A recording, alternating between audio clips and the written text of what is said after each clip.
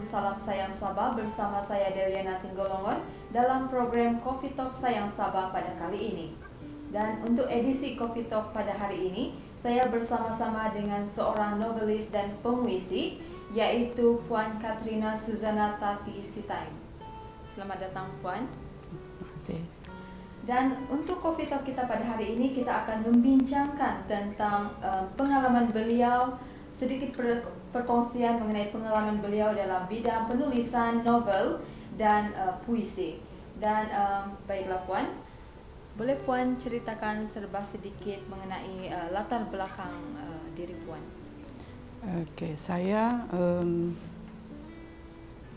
daripada asal usul ibu bapa daripada Kinarut, Papal, tetapi dilahirkan dan dibesarkan di Kota Kinabalu.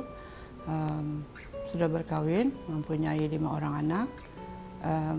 Saya mempunyai 10 orang adik-beradik dan mendapat pendidikan awal di Kota Kinabalu, sekolah rendah Tanjung Aru, dan menengah di sekolah menengah Sanzek 9 bulan. Ya. Jadi Puan terlibat dalam penulisan novel dan puisi, betul? Termasuk cerpen juga. Termasuk cerpen. So, bilakah Puan mula berkecimpung dalam penulisan ini? Sebenarnya dalam penulisan saya berkecimpung sejak di bangku sekolah. Banyak menulis dalam majalah-majalah sekolah. Lepas tu majalah-majalah di pejabat, hotel maksud saya. Tetapi yang bergiat dengan aktif tu dalam tahun 95 bila saya menyertai Persatuan Penulis Sabah, itu IPS. Dan dalam masa yang sama anak-anak sudah membesar, jadi saya ada banyak masa untuk menulis masa itu. Adakah setelah melibatkan diri dalam persatuan tersebut baru Puan menghasilkan buku ataupun masih berada di bangku sekolah dan menerbitkan buku? Ya, setelah masuk persatuan penulis, barulah ada inisiatif mau menerbitkan buku lah. Masa sebelum tu menulis saja. Ya.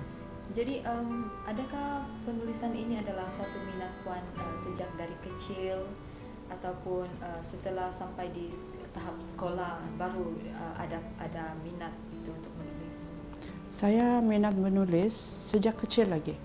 Sejak kecil masa sekolah rendah pun saya menulis, tetapi kerana tiada dorongan, guidance, so tulisan saya itu seperti karangan lah macam tu. Bila pergi sekolah menengah, di sana ada sedikit ada belajar sastra, prosa, semua, jadi mula berkembang masa sekolah menengah. So setakat ini berapa sudah novel yang sudah diterbitkan? Okey, novel baru 2 yang sudah diterbitkan. Yang akan diterbitkan ada 2 lagi, tapi belum lagi lah, because satu Dewan Bahasa, satu itu mungkin akan diterbitkan sendirilah kalau novel. Cerpen? Cerpen saya ada satu kumpulan cerpen. Buat masa ini belum ada lah, masih dalam pengkumpulan cerpen ya.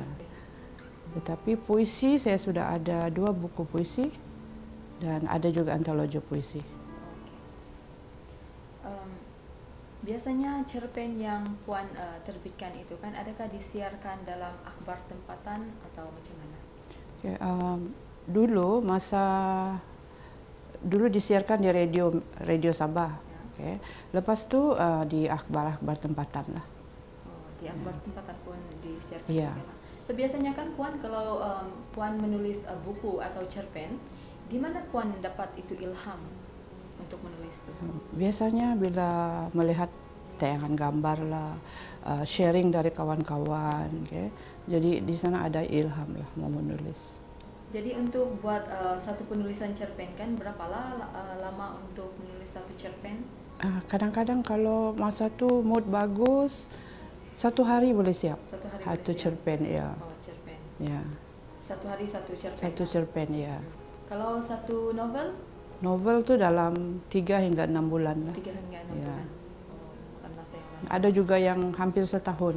Oh, hampir setahun. Ya, kerana ada sikit-sikit unsur sejarah, budaya, jadi kena Perlu buat ada research. penyelidikan, ya? Ya, Oh, itu ada lama sikit lah. Sebagaimana pula dengan puisi macam tu? Puisi sebenarnya saya tidak kuat dalam puisi. Puisi saya kebanyakan yang spontan. Spontan. Yang saya mana-mana saya pergi, saya di train ke di mana saya terus tulis. Terus simpan. Jadi itu secara spontan lah. Jadi puisi saya tidak begitu kuat. Jadi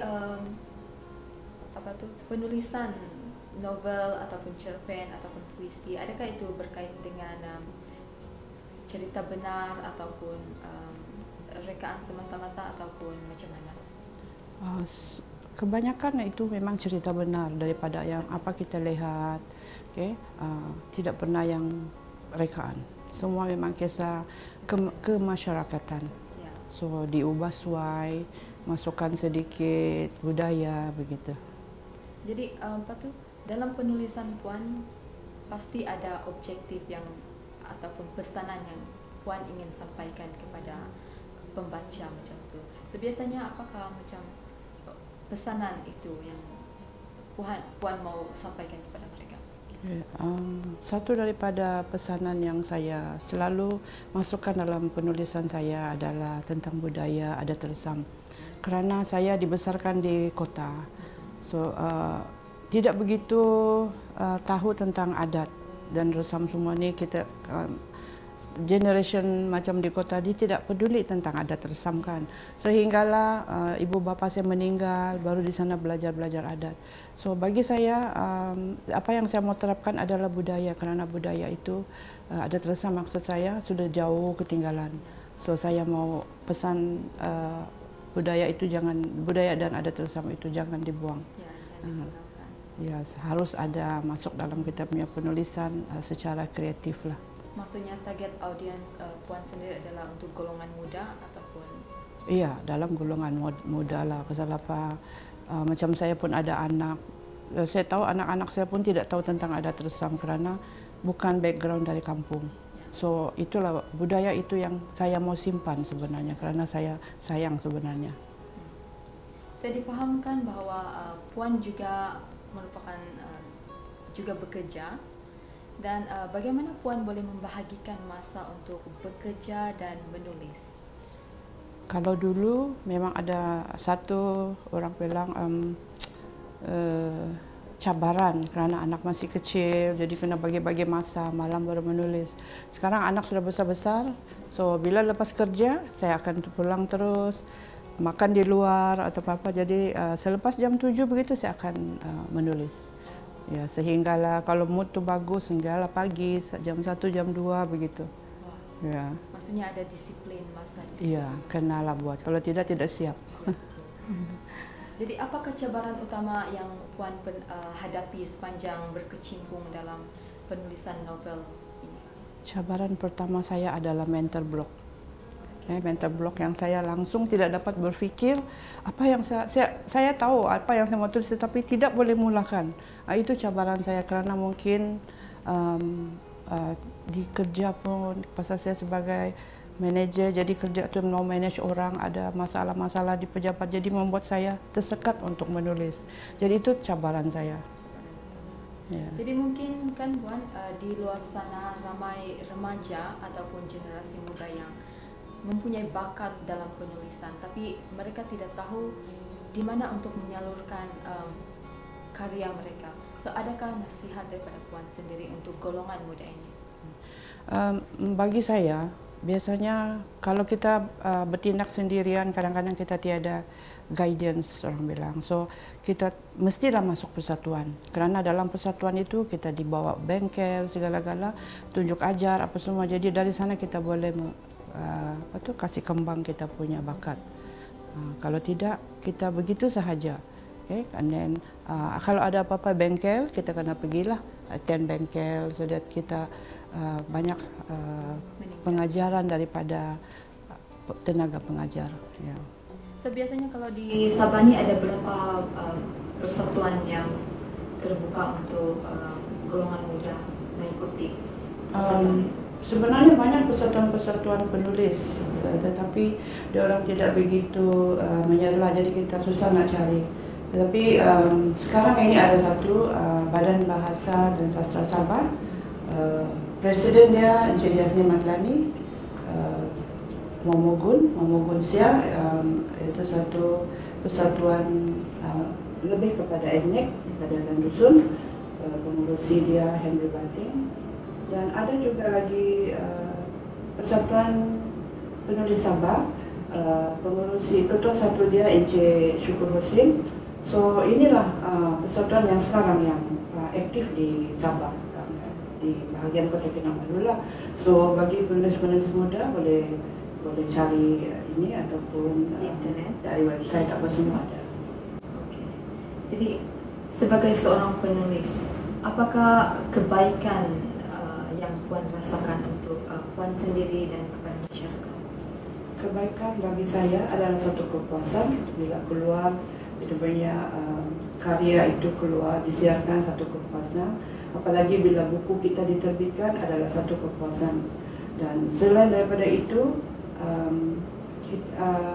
seperti kita ada semangat untuk terus menulis.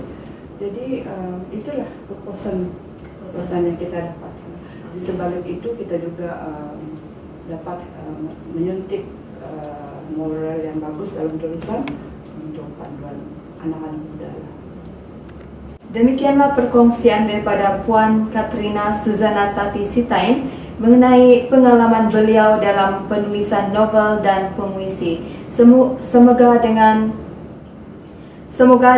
perkongsian beliau sebentar tadi itu dapat memberi sedikit dorongan kepada pemuda dan generasi yang berada di luar sana yang berkecimpung dalam bidang penulisan. Saya Dewiana Tinggolongon, sayang Sabah.